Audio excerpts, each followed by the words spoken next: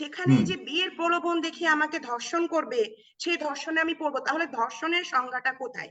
এই যে বিয়ের প্রলোভনে ধর্ষণ, যেটা যেই মামলাটা নেওয়া হয়েছে, আসলে মামলাটার যে আয়ও থাকে তাকে দেখার আমার খুব ইচ্ছা, সে কি ইনভেস্টিগেশন করে এই মামলাটায় যে বিয়ের প্রলোভন দেখিয়ে যে ধর্ষণ করছে মামলাটা নিল।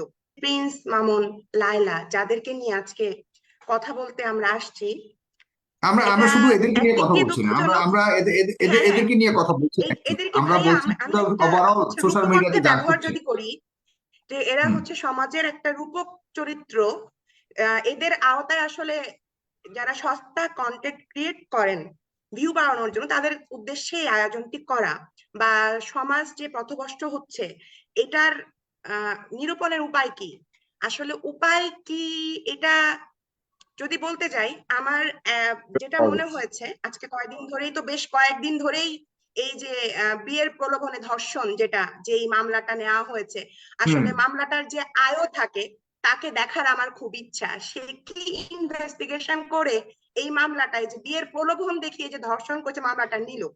এটা হুম। আমার প্রথম আর কি প্রশ্ন, কেন বা আপনার তার আগ্রহ কেন? কাছে যদি যাই। কেন আপনি কি আগ্রহ মানে? ভাইয়া, কারণ আছে। হ্যাঁ, দেখেন, ধর্ষণ যদি হয়, ধর্ষণ বলতে কিন্তু আমরা সমাজ যেটা বুঝি একটা ভয়ানক বা আতঙ্কের একটা বিষয়। সেখানে হুম যে বিয়ের প্রলোভন দেখিয়ে আমাকে ধর্ষণ করবে, সেই ধর্ষণে আমি পড়বো। তাহলে ধর্ষণের সংজ্ঞাটা কোথায়? হুম।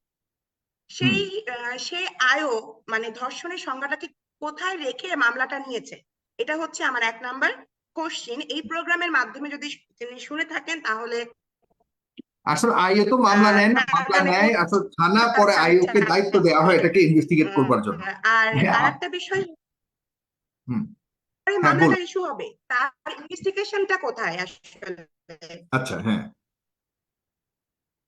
পুলিশের মানে রাইট প্রপার আপনি এই ইনভেস্টিগেশনে যেত, অভিযোগটাকে তাহলে ভিত্তিহীন বলে মনে করতে চাচ্ছেন? এই অভিযোগটাকে আপনি গুরুত্ব দিতে হ্যাঁ, চাচ্ছেন না, হ্যাঁ, বরং ভিত্তিহীন থানা বলে মনে কিভাবে এই মামলা নিল এটাতে আপনি হ্যাঁ, অবাক হচ্ছেন যে থানা কোথায় এটাকে আমি ধর্ষণ আইনি হিসেবে দেখবে। আইনি প্রক্রিয়াকে বিশেষ মানে কনসার্ন করতে চাচ্ছি, যে তারা কি হিসেবে মানে এত বড় একটা জিনিসকে এইভাবে করে একটা হট টপিক বানিয়ে মামলা নিয়ে তাকে কোর্টে পাঠিয়ে সবকিছু ভিউ বাণিজ্য, যেটা বললেন ম্যাডাম, সেটা হইতে পারে তাদের একটা কন্টেন্টের একটা টপিক হইতে পারে।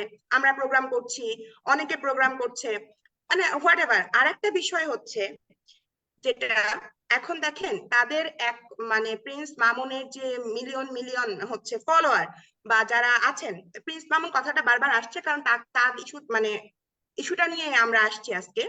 এখন এদের হচ্ছে দর্শক কারা, কোন প্যানেলের লোকজন তাদেরকে ফলো করছে, এটা একটা দেখার বিষয়।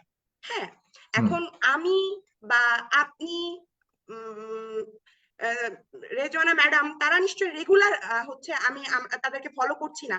নিউজ আসছে, নিউজ দেখছি, তারপর যাচ্ছে তাদের প্রোফাইলে, কন্টেন্ট দেখছে, হতাশ হয়ে ফেরত আসতেছি। যেমন ম্যাডাম হুম। বললেন যে আমার আসলে ফলোয়ার কত, আমার ওইরকম কোনো ফলোয়ারই নেই। মানে কাজকর্মের কোনো ফলোয়ার নেই আমি। আহ, যাই হোক, ফলোয়ার নিয়ে আর কথা না বলি। তো একটা থাকতে পারে ভাইয়া, বেকারত্ব একটা কারণ হতে পারে। এই যে যুব সমাজ, যারা তরুণ, যারা পড়াশোনা থেকে আসলে বিচ্ছিন্ন, শিক্ষা ব্যবস্থা, আইনগত গাফিলতা একটা বিষয় আছে, আর বেকারত্ব। আপনি দেখেন একটা সস্তা কন্টেন্ট বানালে, অ্যাটাক করলে আপনি ভিউ বাড়তেছে, আপনি টাকা পাচ্ছেন, তাহলে আপনি কেন এটা করবেন না? তরুণ সমাজ সেই জন্য এগুলোর দিকে বেশি যাচ্ছে। না, করতে তো পারেন, আরো অনেক কিছু করার আছে, কিন্তু ওই ধরনের অ্যাক্টিভিটি করবার কোনো প্রয়োজন আছে কিনা সেখানে আপনার নৈতিকতা নিয়ে এটা প্রশ্ন ভাইয়া উঠে আপনার কিনা। একটা আমার যেটা মনে হয়, মানসিক প্রবলেম থাকতে পারে তাদের। এই যে আমি একটা কন্টেন্ট দিচ্ছি, মানে অসুস্থ কন্টেন্ট, এটাকে দেখে যে আনন্দ পাচ্ছে লোকজন এবং তাদেরকে ফলো করছে, ভিউ বাড়ছে, এটা আমার একটা মনস্তাত্ত্বিক কারণে আমি এটা কন্টিনিউ করতে পারি। এটা মানুষ, আমার মনে হয় টোটালি হচ্ছে মানসিক সমস্যার কারণে। আচ্ছা। একে হচ্ছে তাদের প্রবলেম, তারা আনন্দ পাচ্ছে, টাকা পাচ্ছে, ভিউ পাচ্ছে, তারা সেলিব্রিটি। এটা হুম। পুরোটাই ভাইয়া এই এই যুব সমাজের একটা মনস্তাত্ত্বিক প্রবলেম, যেটা আমার কাছে মনে হয়েছে ছোটখাটো একজন সমাজকর্মী তো হিসেবে। এরকম যাদের মনস্তাত্ত্বিক প্রবলেম আছে তাদেরকে 12 বিলিয়ন মানুষ দেখছে, যারা দেখছে তাদেরও কি মনস্তাত্ত্বিক প্রবলেম আছে বলে মনে করেন? তারা তো আনন্দ পাচ্ছে জি ভাইয়া, রীতিমতো। অবশ্যই আছে। না হলে ভাইয়া আপনি দেখেন তার একটা ছোট্ট ভিডিওতে এত মিলিয়ন মিলিয়ন ভিউ হওয়ার কোনো কথাই না। যারা দেখছে দর্শক, তাদেরও কোনো কাজ নাই, তারা একটা, আমি সরি আমি এভাবে করে কথা বলছি, আহ আমার এভাবে করে কথা বলা আসলে উচিত না, কিন্তু দেখেন ভিউ এর সংখ্যাটা দেখলে দেখবেন কিছু নাই। তার হয়তোবা আমরা দেখছি কি জানার জন্য যে কি করছে সে, যখন নিউজ হয়ে গিয়েছে। কিন্তু এর আগে যে কন্টেন্ট ক্রিয়েটারদের ভিউ গুলো আছে কেন দেখছে তারা, আমার কোশ্চিন হচ্ছে দর্শকদের কাছে, মানে দেখার দরকারটা কি আসলে? মানসিক প্রবলেম, সময় অনেক বেশি, এই কারণে।